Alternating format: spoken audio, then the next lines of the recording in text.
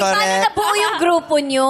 Nung October ba yun? Oo. Actually, opo. Ay, totoo nga. Totoo nga, may kinalaman talaga yung October sa group. Totoo nga. Well, birthday namin dalawa ni Josh. Kami yung nagsimula ng band. Pareho kami October pinanganak. And that was around October din nung naghahanap kami ng band name for the band. So, ano bang meron kami in common sa isip namin? Birthday. So, Birthday. hindi nga birthday. Ano lang, month lang eh, di ba? Month Kasi- lang. Pareho kasi kami ng October, ano ba pangalan. birthday nyo? Ako 5. 29. Nanay ko kasi October 7.